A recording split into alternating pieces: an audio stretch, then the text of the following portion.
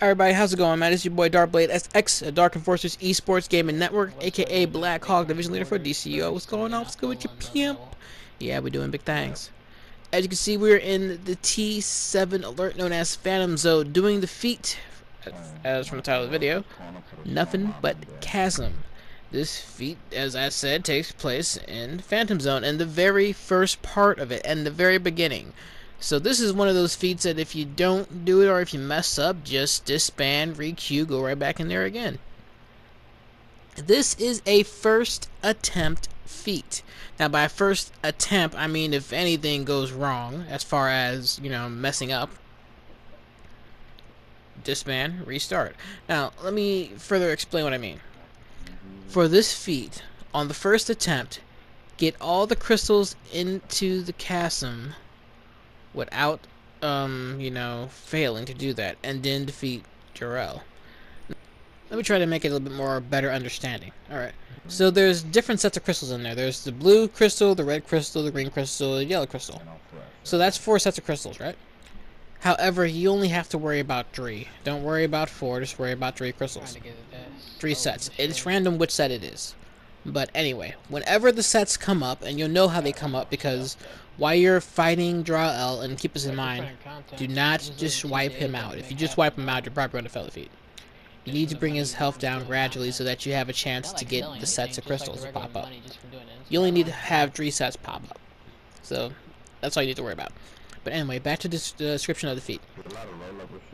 During a period of time during the battle, he will run away from your group and head over to the crystals to power up. And that is where the feat could end or begin. Keep that in mind. When he goes over to those crystals now have to be drawn into the chasm. As soon as he walks over there, a timer will get placed on the crystals. For each set, there's 3 crystals. So 3 crystals per set. So pretty much you have to get about 9 crystals in the chasm. Anywho, like I said, there will be a timer on the crystal, and you must place those crystals into the cavern. Now, the only way you can really fail this feat is if you don't make it into the chasm with the crystal before the timer expires. Now, once the timer expires, the crystal will explode and it will reappear at its start point. However, that is an attempt. You have until the timer expires to get into the chasm. And if you fail that by, you know, time expiring, that is your attempt. And this is a first attempt feat, which means you must get every crystal perfectly into the chasm when you have to, without even messing up even one time. Even one time.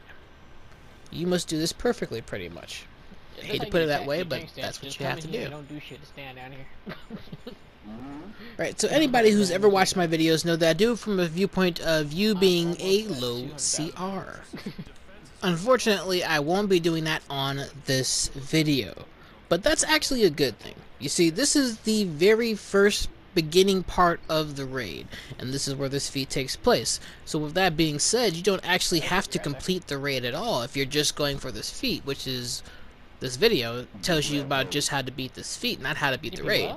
Just this feat, how to just get this feat. This is a feat that pops up as soon as you complete it. Pretty much. You have to at least beat the first boss, though, and then the feat pops up. With that being said, you just need to be able to do that. So, I don't really care what the CR is. You can come in here at queue up level. I will say this much. You must be able to at least survive the ads. Don't worry too much about anything else. If you can take a few hits from the ads, then you're going to easily get this feat.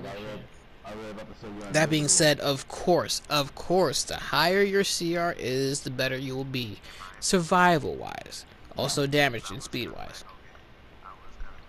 But if I had to put a CR on this, I would say don't come here until you're at least 150, if not higher. I want to say 155, but I'm going to just say 150, you and your whole group. And I'm going to suggest you have a balanced group, you know, tank, healer, troll, DPS. Or you could have troll, healer, to DPS. It's up to you, but one of those Well, you need to at least have one of those two group makeups. Yeah, I've been through a lot. Whichever one you want to go to is up to you completely. I will say there are some kind of, there are some good pros to having a tank with this group, with your feet. But it's up to you. One of the pros being aggro. Now, once again, let me just say this. The key is putting the crystals into the chasm before the timer expires. If the timer expires, wherever the crystal's at, it explodes, not damaging anybody, but just puffs into like mist or whatever, or just smoke, and it appears back at its start location where it was at when you picked it up, and you avoid defeat because of that. Now, the chasm is nowhere close to where you pick up the crystal. Sometimes you have to walk up a little bit and then you have to toss it into said chasm. That can be a good thing or a bad thing, but yeah. For instance, if you look at the area right in front of me, like, if you're looking north of me, you notice that there's a little dip. Quite a big dip, actually. As in there's no land right there, there's nothing to walk on, you kind of fall downwards. That is the chasm. You look down there, you really can't see the bottom because there's smoke or mist blocking your view slightly. That's the chasm, and you have to draw the crystals in there when it's time to do that.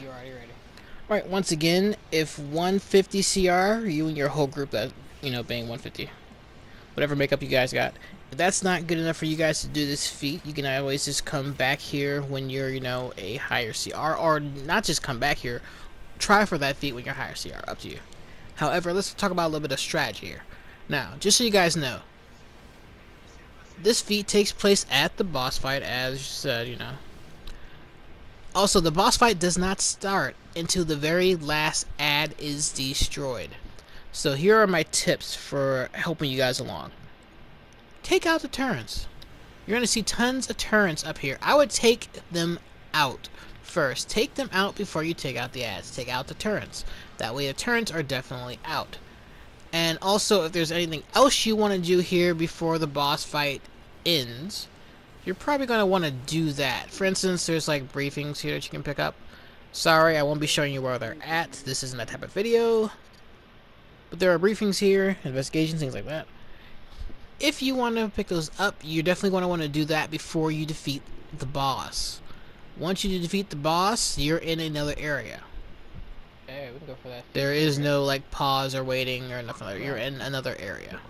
I'm not going to give it away, but you're in another area. Anyway. Once you defeat the last set of ads, the boss fight starts. So here's a couple strategies for defeating the boss. Slow burn. This is enough to get the sets out the way. You don't kill him, pretty much is what I'm saying. Just don't kill him. Bring himself down low, but just don't kill him. You're gonna need to have someone kind of be like a little bit of aggro on the boss when those crystals come up. Because remember, he's going to be trying to attack your group, to attack you guys. And eventually he's going to run away to a crystal set to get invincibility. When that happens, those crystals automatically get a timer placed over them. And that's your cue to get them into the chasm as quickly as possible. Of course, he's going to be attacking you guys while you're doing that, so when he hits you, you're going to be dropping them. So a good way to defend against that is by having shields. Trolls and healers have shields, so do tanks. DPSs, well, I guess depending on your power, you probably have a shield in your loadout. Depending on your power. But for the most part, if you're not in, tank role or healer role, or even troll for that matter, your shield's probably not going to do anything. Because the other role is always going to have a stronger shield. But anyway, depending on, what your power is, you probably have a shield, which should help out. However, the best shields, at least for this feat, would probably be the troll and healer, because they can throw the shield anytime they want to. However, the troll's shield is a supercharge. One for the whole group. So it's good to use, but how many times can you actually use that instantly? Because this is going to be a run. So how many times are you going to be able to get that shield up? You probably get that shield up probably twice, if that. Maybe. Depends on the type of shield. Anyway, the healers can keep popping their shields though, so that's a good thing to have. Another thing to have, if you decide to have a tank in your group, your tank can use his breakout, his group breakout, to give you guys a little bit of a period of time where you guys are immune to CC effects, such as stun, interrupt, not back, things like that. A good time to pick up those crystals, right? And toss them into the cavern. So, or chasm, my bad. Yeah, good time to have a tank there, right? However, a tank isn't necessary, like I said, what you guys want. Now, as you guys see on the screen right now, he is running over to a set of crystals. And as soon as he got there, he gets powered up, and now the crystals have a timer on them. And now you have a couple of seconds to place those crystals into the cavern. As you see, it's not like right next to you. You have to go, depending on where you're at, you have to go a couple feet before you can actually toss the crystal. Your drill's not that, you know, powerful. So you gotta kind of judge yourself when you're drawing the crystal. Now remember, the crystal will appear back at the beginning point if it doesn't make it in before the timer starts. So you gotta kind of make sure that you drill it correctly. Sometimes you can drill it and it lands on the ground instead of in the cavern, and then now you have to fly over to the crystal, but because of the timer you don't have time, especially when you drill it and it goes far but it still doesn't make it close enough to the cavern, and now you got to try to fly over it but the timer's about to run out. Yeah, that kind of sucks, right?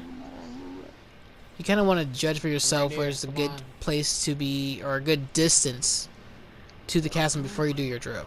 Another thing you could do is, if you're fast enough, to actually just go close enough to where you can just drop it down in there. Yeah, that's little tips. Also, you could also try this method. If by chance, this is only if by chance, it's not the best thing, but if by chance, if you make it so that you're getting hit a lot, you can earn immunities, such as white immunity or blue immunity. Now what those are is periods of time where you're immune to CC effects, such as stun, knockback, interrupt, things like that. Your body flashes blue, or your body flashes white. So there's blue immunity and white immunity. White immunity, you know, defends you from CC effects, like I said. Only lasts for a couple of seconds though.